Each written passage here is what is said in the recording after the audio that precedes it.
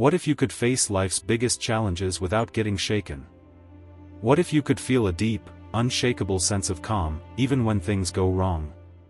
This isn't a superpower, it's a skill, an ancient philosophy designed to turn chaos into personal strength. In a world that feels increasingly stressful and uncertain, Stoicism offers a promise, the ability to build an internal fortress, a quiet place inside yourself that no external event can ever breach. The Stoics were masters of the art of living. These weren't academics hiding away from the world, they were soldiers, politicians, merchants, and even emperors dealing with the messy reality of daily life. They developed a practical toolkit for the mind, a set of principles to build resilience, find peace, and forge an unbreakable character. This isn't about suppressing your emotions or becoming a robot. It's about understanding what you feel, directing your energy wisely, and finding incredible strength when you're tested. So, let's explore 7 Stoic principles that can help you build that inner strength and completely change how you experience the world. This is the bedrock of all Stoic practice, often called the dichotomy of control. Think about it, have you ever wasted hours worrying about something that's already in the past? Or lost sleep over what someone else might think or do? Of course. We all have. We wear ourselves out fighting battles we can't possibly win. The Stoic philosopher Epictetus, who was born into slavery and became a deeply respected teacher, said it best, "Some things are in our control and others not. In our control are our opinions, goals, desires, and actions. Not in our control? Our bodies, property, reputation, and basically everything that isn't our own direct action." This simple idea is liberating. The traffic jam, a sudden rainstorm, what a coworker thinks of you, you can't control any of it. To the Stoics, stressing over these things is a kind of self-inflicted madness. What you can control is your response. You can curse the traffic, or you can use that time to listen to a podcast or just breathe. The event is the same, the experience is your choice. The Roman Emperor Marcus Aurelius wrote, "You have power over your mind, not outside events." Realize this, and you will find strength. Your inner strength begins the moment you stop wasting energy on the uncontrollable and focus it on mastering your own world, your thoughts, your judgments, and your actions. We spend so much of our lives chasing things we think will make us happy, more money, higher status, fleeting pleasures. The Stoics would argue that's a recipe for anxiety because all of it can vanish in a heartbeat. They offered a more durable foundation for a good life, virtue. Now, virtue isn't some stuffy, old-fashioned concept. For the Stoics, it was the North Star for every decision, defined by 4 key qualities. Wisdom, to see the world clearly and make sound judgments. Justice, to treat others with fairness and respect. Courage, to face any challenge, physical or moral. Temperance, to practice self-control and moderation. Living virtuously means your self-worth comes from your character, not your circumstances. It's about choosing to act with integrity and rationality, whether you're rewarded for it or not. Marcus Aurelius cut right to the chase, waste no more time arguing about what a good man should be. Be one. When virtue is your top priority, your inner strength no longer depends on outside approval. You build a deep sense of self-respect that can't be shaken by criticism or failure. The question shifts from, "What will make me happy?" to, "What's the right thing to do here?" By consistently choosing courage, justice, and wisdom, you build a character that is truly solid. How do you usually react when something gets in your way? Frustration? Anger? That's the normal response. But the Stoics offered a radical, empowering alternative. They believed that obstacles don't block the path, they are the path. Marcus Aurelius put it perfectly, the impediment to action advances action. What stands in the way becomes the way. Think of a blacksmith forging a sword. The fire and the hammer aren't trying to destroy the steel, they are the very things that turn it from a raw lump of iron into a sharp, resilient blade. In the same way, life's challenges are what forge our character. This mindset turns every problem into a training session. A difficult boss is a chance to practice patience. A project failing is a lesson in humility and resilience. A scary diagnosis is an opportunity to show courage. The Stoic doesn't ask for an easy life, but for the strength to handle a difficult one. As the philosopher Seneca wrote, difficulties strengthen the mind, as labor does the body. When you adopt this perspective, no event is purely bad. Every setback becomes raw material for your own growth.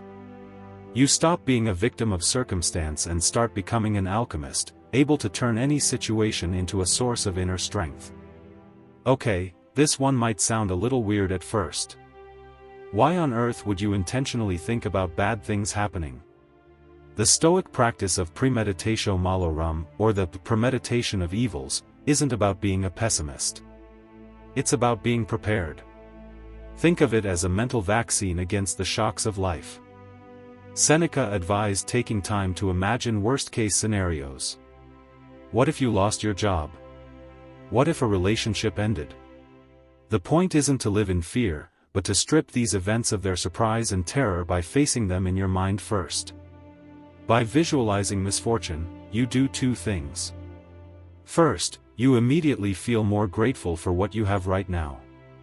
When you genuinely imagine life without your health or your loved ones, you appreciate them so much more in the present. Second, you build resilience. If you've already walked through a setback in your head, you're far less likely to panic if it happens. You've already started planning your response, reminding yourself that you have the inner strength to handle it. The Stoics even took this a step further by practicing voluntary discomfort, sleeping on the floor for a night, eating a very simple meal, or taking a cold shower. This wasn't self-punishment.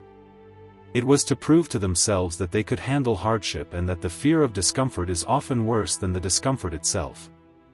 If these ideas are clicking with you and you want to keep exploring how to build a more resilient and meaningful life, take a second to subscribe and hit the notification bell.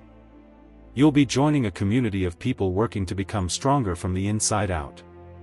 We tend to avoid the topic of death, seeing it as dark or scary. For the Stoics, however, thinking about mortality was the key to living a vibrant, focused, and meaningful life. Memento Mori is a simple Latin phrase, remember you will die. This isn't meant to be depressing, it's meant to be clarifying. As Marcus Aurelius wrote, you could leave life right now. Let that determine what you do and say and think. When you truly absorb that your time is limited, everything comes into sharp focus. Petty arguments, pointless anxieties, and chasing trivial things all start to seem like a waste of precious time. What would you do today if you knew it was your last? Would you waste it on anger? Or would you focus on what truly matters, your relationships, your purpose, and living with integrity?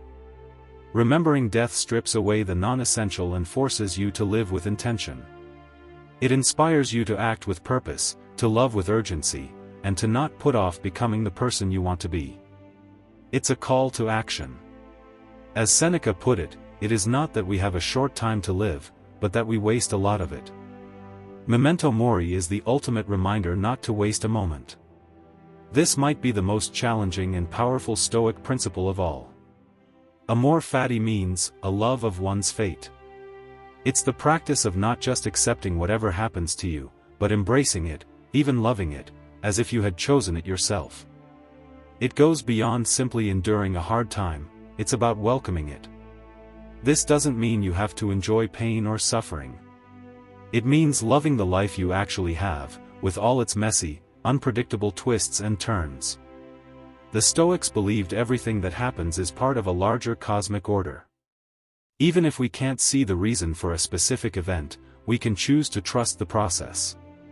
When you practice Amor Fati, you stop fighting reality. You stop wishing things were different.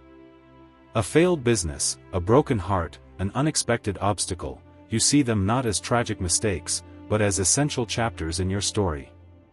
You learn to say yes to life, exactly as it comes.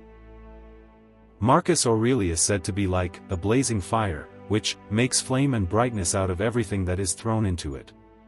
With this mindset, every event, good or bad, becomes fuel. It becomes another chance to practice virtue, to grow stronger, and to live more fully. This is the ultimate expression of inner strength. Have you ever noticed how two people can go through the exact same thing but have completely different reactions? One person gets laid off and spirals into despair. Another gets laid off and sees it as a liberating chance to find a new path. The event itself, getting laid off, is neutral. It's our interpretation, our judgment about the event, that causes our suffering. This insight is the core of Stoicism. Marcus Aurelius said, "If you are distressed by anything external, the pain is not due to the thing itself, but to your estimate of it, and this you have the power to revoke at any moment." This is an incredibly empowering idea.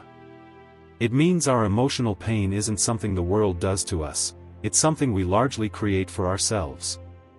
And if we create it, we can uncreate it. The next time you feel a rush of anger, anxiety, or sadness, the Stoic practice is to pause and look at the judgment behind it. Someone insults you. The insult is just words.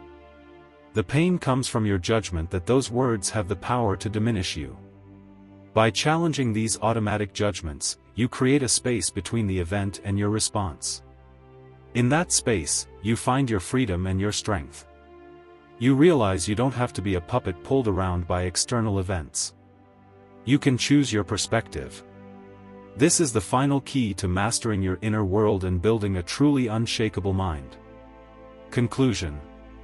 So, those are 7 powerful principles from the ancient Stoics that act as a blueprint for inner strength. From knowing what you control, to loving your fate, and mastering your judgments. Stoicism isn't just a set of dusty old rules. It's a practical, timeless guide for living a life of resilience, purpose, and peace. It teaches us that true strength isn't about getting an easy life, it's about developing the fortitude to handle whatever life brings. It's about building that inner citadel, so strong that no amount of external chaos can touch your core. This is a lifelong practice. It isn't about being perfect, it's about making progress. It all starts with one choice, the choice to focus on what you can control and to meet the rest with courage and grace. Which of these principles resonated with you the most? Let's talk about it in the comments below. Thank you for watching.